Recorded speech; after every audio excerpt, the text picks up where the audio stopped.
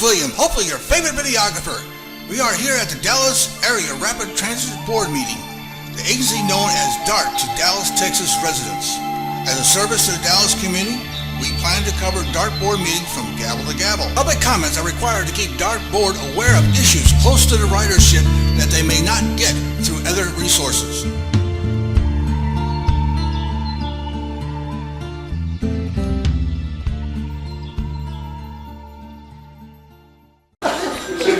On Tuesday, June 24th, this meeting of the DART Board of Directors is called to order. The first order of business is the approval of the minutes from our prior meeting, or any objections, corrections, additions. Hearing none, order to enter. We are going to depart from our ordinary schedule, and we're going to take items 4 through 11 at this point.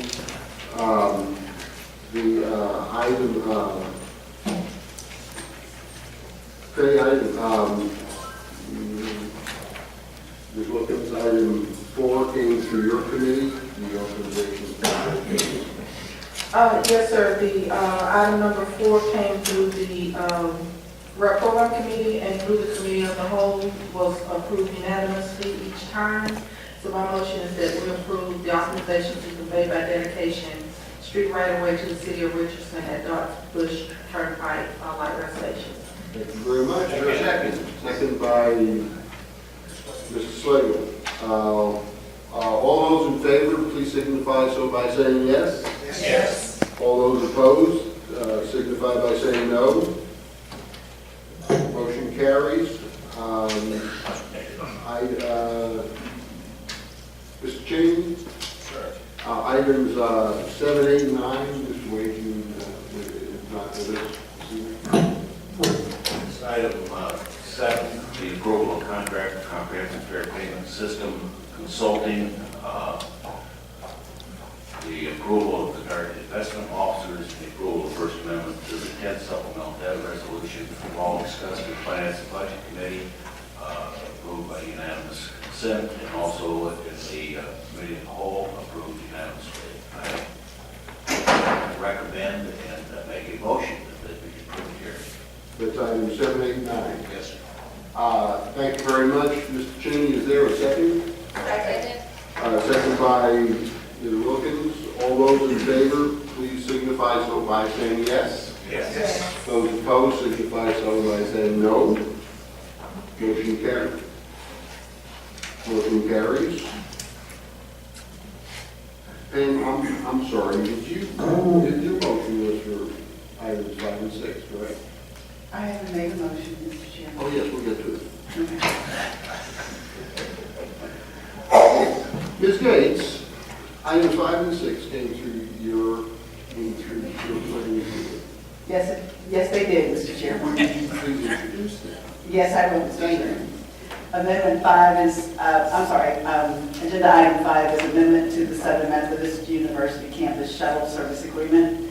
The Planning Committee did approve that and recommended its approval to the Committee of the Whole, which the Committee of the Whole approved as well. And item 6, approval of text.dart ILA, eliminating DART's responsibility for HOV operations, maintenance, and enforcement. Likewise was approved by the Planning Committee and unanimously approved by Committee of the Whole. I move both items approval this evening. Second. Thank you very much. All those in favor, please signify so by saying yes. Yes. Those opposed, signify so by saying no. Those two items are approved. Item 10 and 11, Mr. Velasco.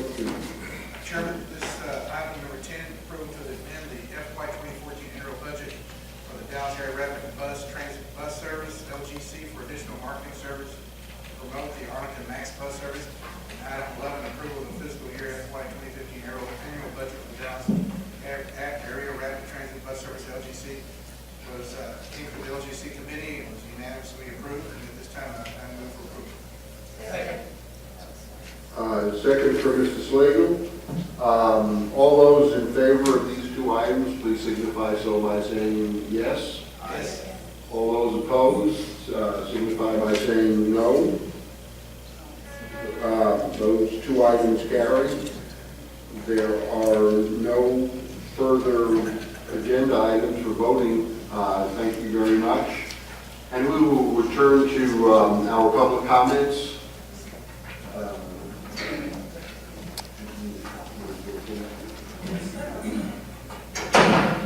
Okay, public comments. General public comments will be allowed at the beginning of each dartboard meeting for a total of 30 minutes. And again, at the end of the meeting, when a 30-minute period does not accommodate all persons who have signed up to speak. Individuals who have addressed the board in the past 30 days will be recognized to speak during the public comment period at the end of the meeting. During the public comment period, board members are not allowed to interact with the speakers or other board members by asking questions or offering their own comments.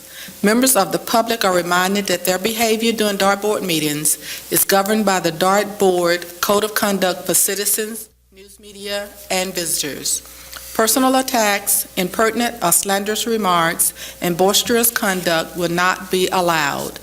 Each speaker will have 3 minutes to address the board. The green light on the podium will indicate when you can begin speaking. The yellow light indicates that you have 1 minute remaining, and the red light indicates that your time has expired. And the first speaker? Our first speaker is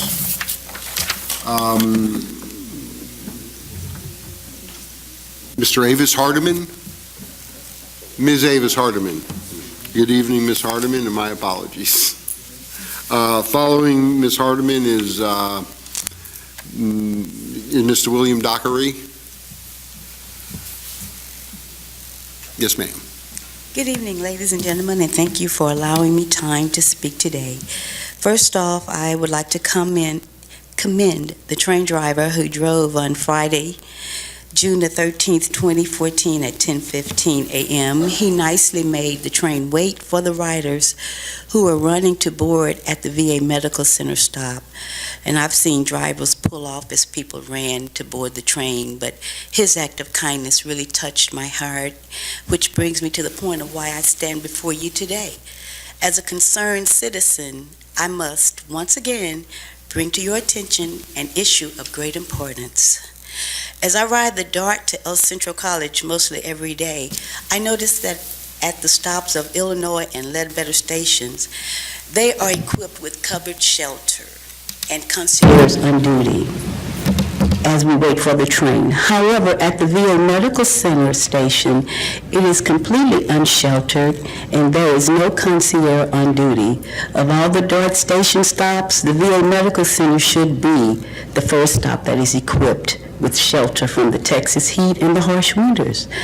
So please, DART, please put into your planning and development plans to provide protection for our veterans, their spouses, and their families by making sure that the VA Medical Center stop is equipped with covered shelter, along with the security to protect our vets from the waggish attitudes and actions of some of our mischievous youth who prey on the sick and weak. Do yourselves an experiment. Board the Blue Line to the Ledbetter station. Observe the awkwardness of there not being shelter and protection at the VA Medical Center stop. You'll see the need.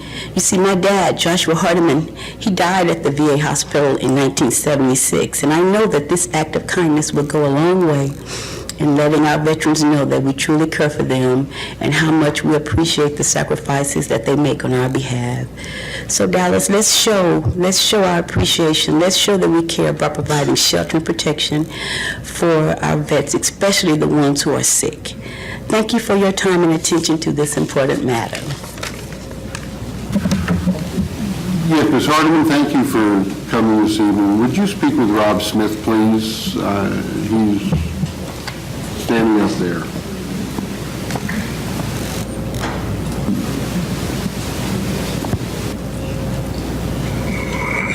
Mr. Dockery, I assume? Yes. Good evening. Good evening. William Dockery, 4326 Gaston Avenue. Distinguished board members, thank you. I wish to apologize for allowing the train driver to hurt myself this past Sunday. I won't point out the particular driver because it seems to be possibly a system-wide problem.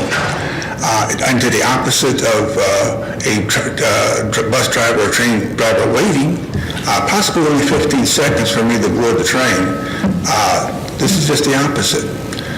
I am handicapped. The train and the bus, 19, came in Baylor Station at the same time.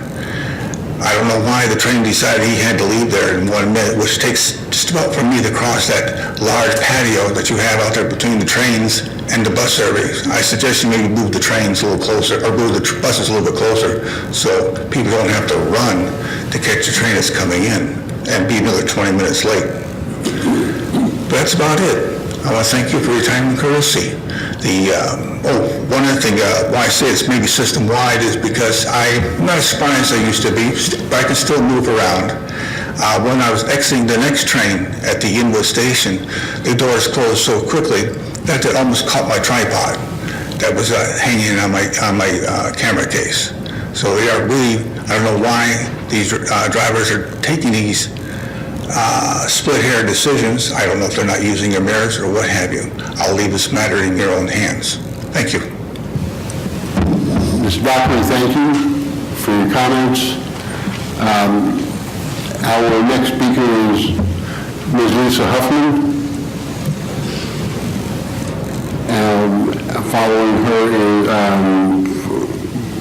Following Ms. Huffman is Mr. Huffman. Hi. I just wanted to say that on the first bus stop leaving downtown Garland, it used to have regular bus stop, but the problem I'm finding is that now the new bus stop that they put in its place has numbers on it. Unfortunately, the 400 is not one of them. So if my train decides to arrive late at downtown Garland Station, I am not able to catch my 400 bus because it is already left. However, if I could make it to that bus stop where it used to just have bus stop, that driver would stop there and pick up the passengers. But as it is, he refuses to stop there because there's not a 400 on there. So I've had to come home several times late because I've missed that bus. And even though I'm standing there, he still shrugs, keeps going, because there's not a 400 number on there. And then second of all, the smoking, I had brought up this issue before. It's still going on. However, I just noticed today, and only today, that there's security that's getting off of the train and stopping at the station and having the smokers stop smoking, which I wish they would do this a lot, but I only saw this today. That's it. Thank you for your comments, Ms. Huffman. Would you please see Todd Plesko? Todd is waving his hand. Thank you very much. Mr. Robert Huffman?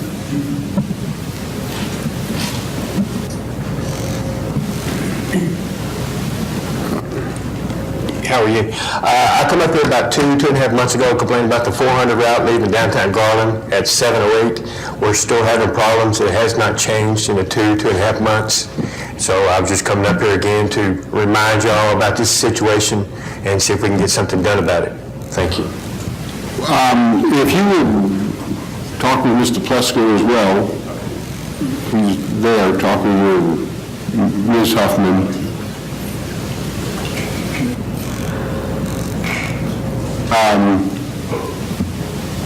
Actually, if you would speak with Tim Newby. Our next speaker is Mr. Bill Sanders, Jr.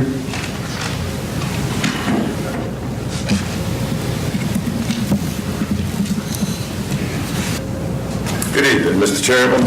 Good evening, Board, Executive Director, and staff. Mr. Chairman, may I respectfully request permission to approach the chair and have a word with the chairman and the executive director at the conclusion of the meeting.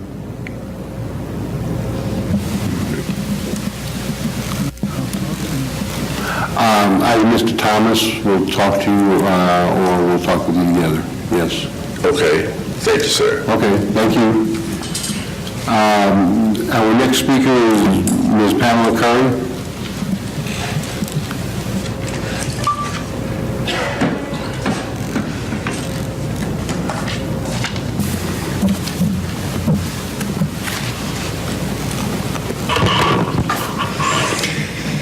couple of months ago, I received a letter, and I collected my medical information for my recertification for my paratransit ID.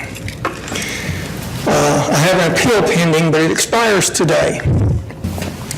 And in preparation for that, I'll have to wait a couple of weeks for the appeal, and that's okay, I can deal with that. But I had to surrender a reduced ID when I got this. But to get a new reduced ID, I have to pay $2. This is not fair. The reduced ID I surrendered was not expired. And as a rule, the reduced IDs, because I'd had it for many years before, as long as you showed up to renew it before it expired, you didn't have to pay another $2. This is not fair. I will be winning my appeal, and I know that, but I just think it's really unfair that someone, especially while they're waiting an appeal for their paratransit ID, that surrendered a reduced ID that was valid, has to pay for another reduced ID. I also have to add to the comments about the no smoking.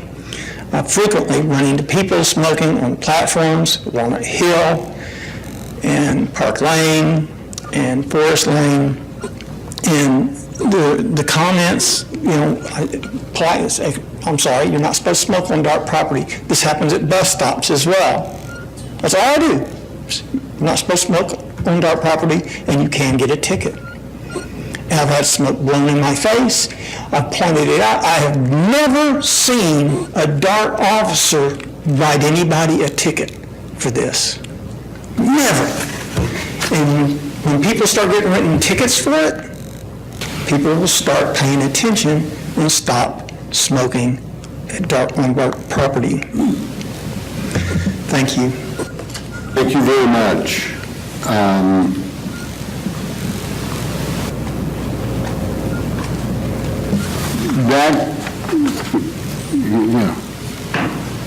That concludes the speakers before the meeting. There is one speaker who wished to speak at the end.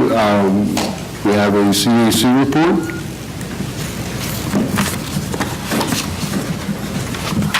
Good evening, Ms. Silver. Good evening. I'm Phyllis Silver, Chair of the Adult Citizen Advisory Committee, and I'm here to report on our meeting of June the 19th. Gary Hofstetler, Project Manager in DART Service Planning, presented us with an enthusiastic and detailed report on DART ridership. Primarily, he addressed bus, light rail, and the TOE, although paratransit, vans, and other transportation modes were also covered. Mr. Hofstetler's figures were from DART's inception in 1984 to April 2014. The ridership figures for April were bus 128,903, rail 96,957, and TOE 8,647. In addition to ridership reports, he provided insight into the analysis process in service planning for introducing and modifying options in DART's service area. Some factors that affect ridership are the economy, particularly employment levels and transit service availability, which includes such elements as route coverage, service frequency, service quality, service convenience, and origin and destination linkages. In our discussion with Mr. Hofstetler, we talked about additional factors that can affect ridership.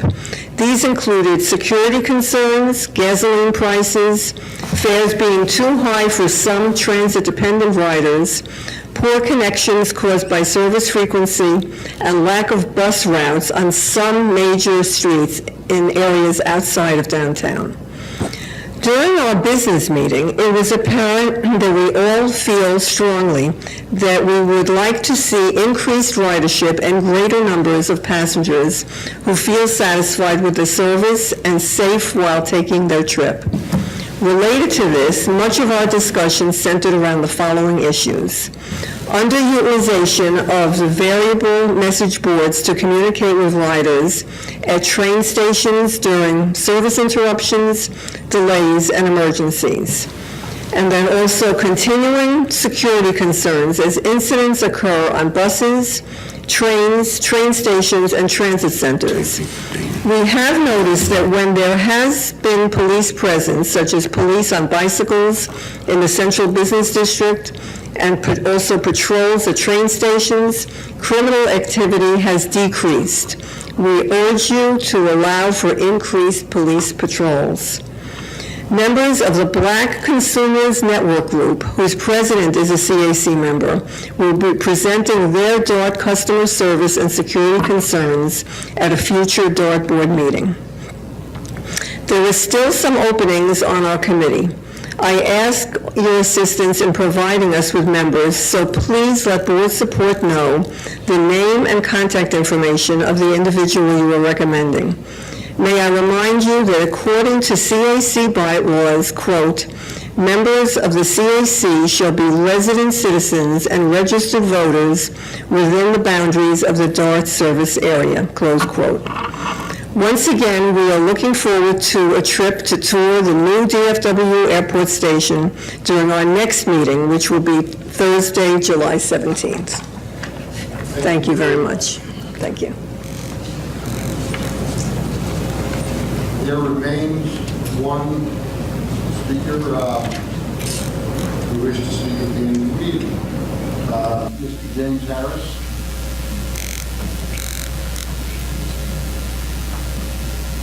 Mr. James Harris.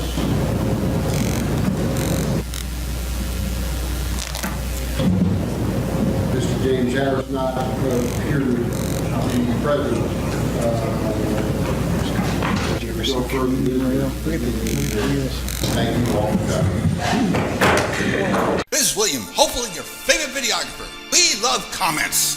If you don't like the way DART is handling things, lay it out for everyone to see. If you like or hate this video, tell us. If you'd like to see more videos like this one, tell us. We even love it when you call. Better yet, like or follow us on Facebook or subscribe to us on YouTube and get instant notices of all our videos the moment